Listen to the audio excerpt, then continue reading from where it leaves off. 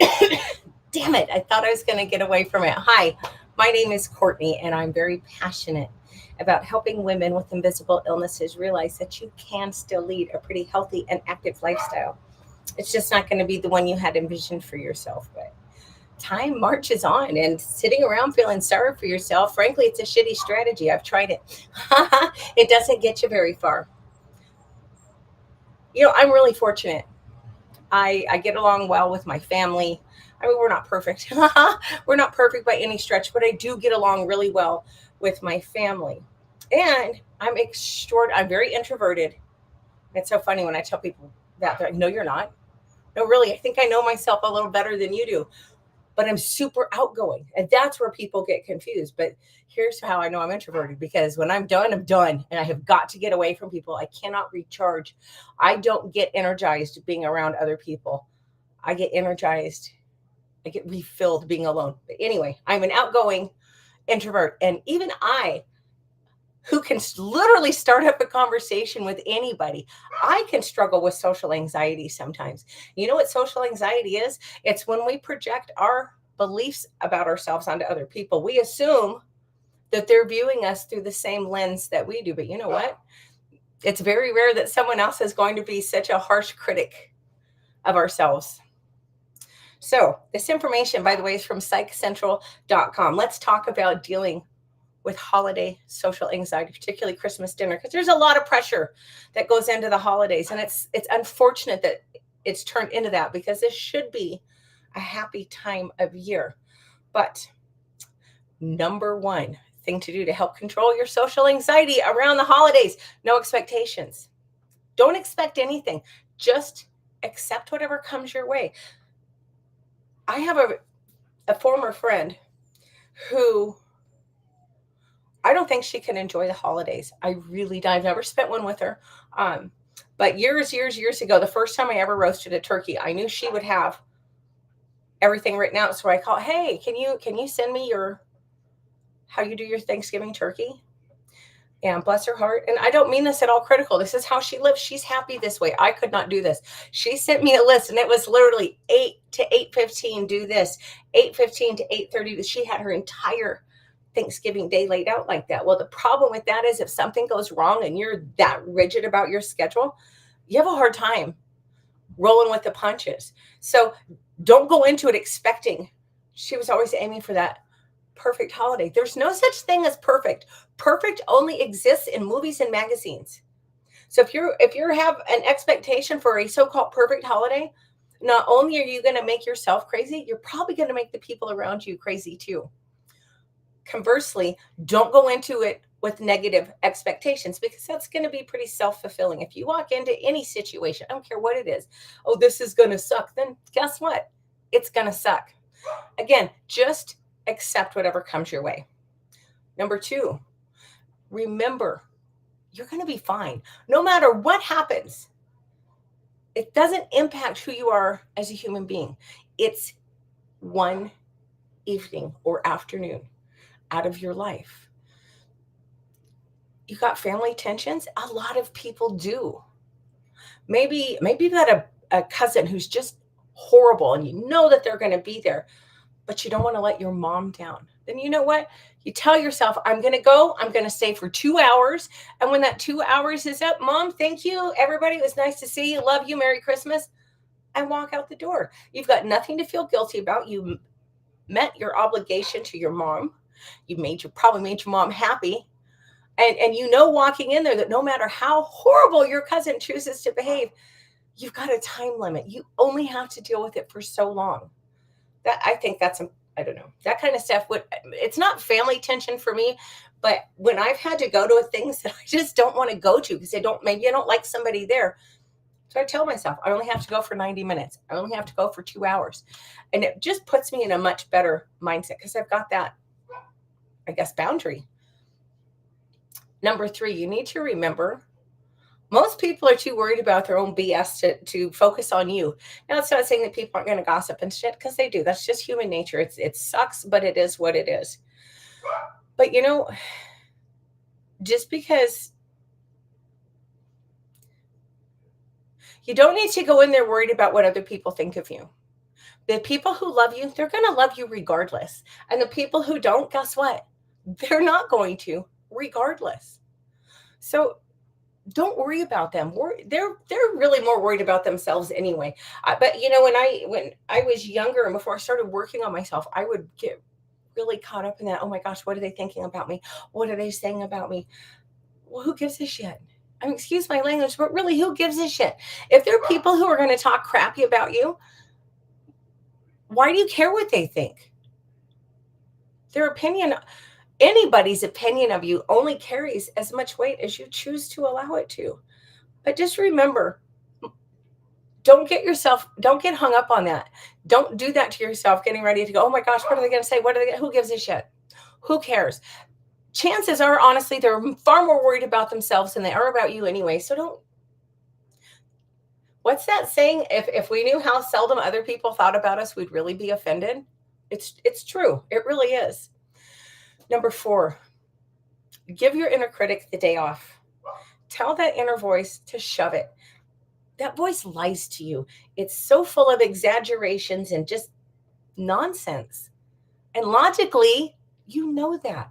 So give the bitch the night off. Just as soon as that voice starts in your head, and I know this sounds really probably trite. I can't think of a better word, but it works. Just tell yourself that's not true. Because logically, you know that's not true. Number 5, do not play into toxic behavior. Maybe your Uncle Bob's a real son of a bitch. Maybe your Uncle Bob he's nasty to everybody. It's not you. He does it to everybody. But he's your mom's brother, so he's going to be there, and there's not much you can do about it. Well, you know what? You can do something about it. You can ignore him. You don't have to. Just because you're invited to somebody's drama doesn't mean you need to sit down and watch the play. Go find something else to do. You know what is a good way to get out of a conversation that you don't want to have? Hey, I'm going to go help in the kitchen. Hey, I'm going to go do the dishes. Nobody's ever going to fault you for that. And very few people are going to bother following you into the kitchen because they might end up getting put to work. They don't want that. Just don't buy into it. If they start with you, I know it's hard. Be the bigger person. Smiles, Merry Christmas, and walk away. Number 6, let it go. Let it. I almost started singing, but I won't do that to y'all. Let it go. Look, I know this is hard to remember sometimes, especially when our emotions get involved, but we can choose our thoughts. Now, that doesn't mean that you're not going to have random craziness run through your head. You are. But you can choose whether you want to pursue that. So when your brain starts getting all full of anxiety and stuff, stop. Let it go. Honestly, if you have a lot of anxiety about any event, it would be a great idea to take even just 2 or 3 minutes and focus on some deep breathing just to center yourself and calm yourself. I'm telling you, you would be amazed if you gave that a try at what an impact just a couple of minutes is going to have on your anxiety. You need to remember, you can't control what other people do. You can't control what they're going to say. All you can do is control yourself. I hesitated because I just thought of all the times that I lose my temper and but that's when I'm reacting instead of responding. Always try, especially on the holidays, always try to take an emotional step back, take a deep breath, and then respond to the person. Don't react out of that emotional place, and set boundaries. Uncle Bob wants to start, hey, how come you're not married? Hey, how come you don't have a better job? Hey, how come you're getting divorced? Hey, how come this? Hey, how come that? You know what you tell him? You smile at him and say, you know what, Uncle Bob? It's Christmas. We're together as a family. This is supposed to be a beautiful time. It's not really an appropriate time or place for this conversation. And then just excuse yourself. If you have to, go to the damn bathroom. Just extract yourself from the situation for a couple of minutes and the conversation's going to roll on without you. Get some of the attention off of you. And then number 7, a bonus. If your family is like mine, and there tends to be a lot of people that you don't know real well that come for Christmas, because we always take in, I don't want to say stragglers, that sounds bad, but if somebody doesn't have anywhere to go, they've ended up at our house quite often. Just go start a conversation with somebody. And I know if you've got anxiety, you're thinking, screw you, but I'm telling you, all you got to do is walk up to someone and say, Wow, you look nice today. Hey, those are cool. Those are really cool boots. Where'd you get those? Find a sincere way to compliment somebody. Or you know what? It's Christmas. You could just walk up to them and say, Merry Christmas. Thanks for coming. What you up to? Don't ask people what they do. Side note, don't ask people what they do for a living. Ask them what they do for fun. So it'll give you a very different insight to them. And I think it takes the conversation in a very different direction. But a sincere compliment, it's an icebreaker. And you know what's the coolest thing about it? It automatically makes you more likable. We like people who like us. So, quick recap, if you struggle with holiday social anxiety and you're worked up about Christmas dinner, don't. Go through the door with zero expectations. Just accept whatever comes your way. You might be pleasantly surprised. Number two, you need to remember you're going to be fine. It's one afternoon, one evening out of your life. It's very, very, very unlikely that that one evening is going to change who you are as a human being. Number three, remember that other people they're worried about their own nonsense. They're not paying as much attention to you as we like to think that they are. Number four, tell your inner critic to shove it. Just give her the night off. Number five, don't play into toxic behavior. Just because Uncle Bob wants to start with you, you don't have to play into that. Extract yourself. Go do the dishes. Go into the bathroom. Do whatever you got to do, but don't let somebody goad you into an argument that you don't want to have. And also, for the love of God, please keep in mind that if you're at a family thing, your family doesn't want to see y'all fighting with each other. I've been to events where families start fighting, and it's so awkward. It's awkward for everybody. It's awkward for the other family members. It's certainly awkward for the people who are not family who are there. But just, try to have a little respect. If you can't respect your family members, respect the day. You must have some respect if you're going over there. Maybe at your parents' house. Have some respect for your mama. I miss my mom. Anyway, let it go. Let it go. So Uncle Bob said something crappy to you. Okay. Uncle Bob always says something crappy to you. Let it go. Don't give people like that power over you. Let it go. The only opinion you need to worry about is yours, well, and God's. But you don't need to worry about what other people think of you. You really don't.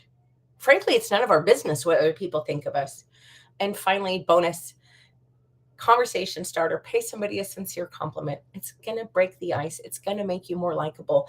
And at the end of the day, you're going to have at least one ally in the room. Probably have several more than that, but you know what I mean. Anyway, that's all I have.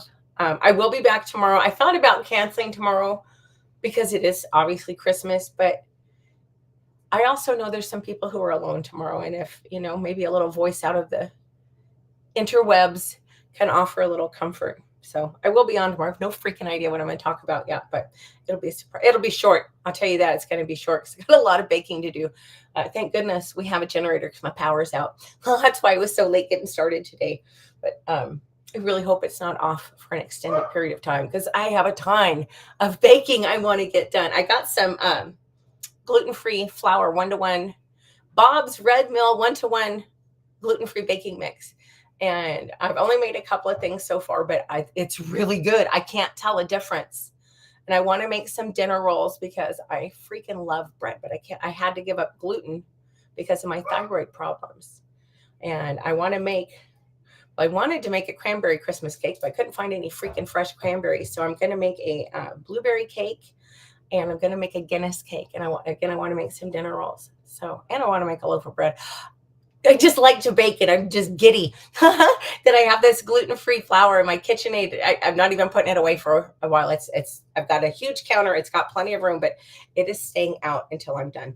I hope you guys have a wonderful Christmas Eve. If you're alone, please be kind to yourself. Hell, even if you're not alone, be kind to yourself. You deserve it. I promise you do.